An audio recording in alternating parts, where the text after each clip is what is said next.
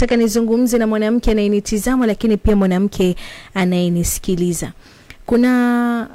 Katika masomo ninayotoa, kuna kipindi ambacho niliweza kuzungumzia sifa za kipochi manyoya ambacho ni kitamu. Lakini leo nataka nizungumzie kuhusiana na vyakula ambavyo vitakusaidia wewe kama mwanamke kuwa na kipochi manyoya ambacho ni kitamu, lakini pia kinatoa harufu nzuri. Kwa sababu yote 9-10 kipochi manyoya kinatakiwa kiwe na harufu hii moja. Kwa sababu chenyewe kipochi manyoya kina harufu asili ambayo ni harufu maumbile. Ni harufu kitamu. Yaani kile harufu ambacho wewe na mwanamume wako mkikaa faraghani, akisikia hiyo harufu atajua kweli hapa nimekaa na mtu mzima mwenzangu, kwa sababu hicho kiharufu yani kinajiandaa ya nyinyi wawili kufanya nini? Kuvumbulana.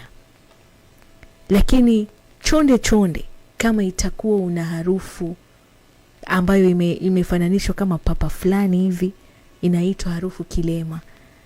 Yani harufu mbaya, harufu ya shombo, samaki aliyeoza si samaki aliyeoza, si papa. Yani ni harufu mbaya, na hakuna mwanamume yeyote atakayeweza kuvumilia harufu hiyo, hususan ule wakati wa kuvumbulana.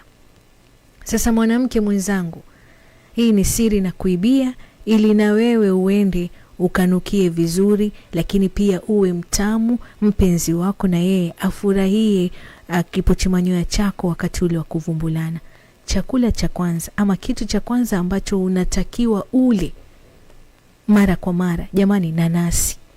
Yani pineapple. Nanasi kama nanasi. Yani nanasi, kwanza nikwambie, hili tunda limejaa ile sukari ambayo ni ya asili na ina vitamin C. Kwa hivyo ukila nanasi mara kwa mara, yani linabadilisha ladha na harufu ya ule ute ama majimaji yanayotoka ndani ya kipochi manyoya.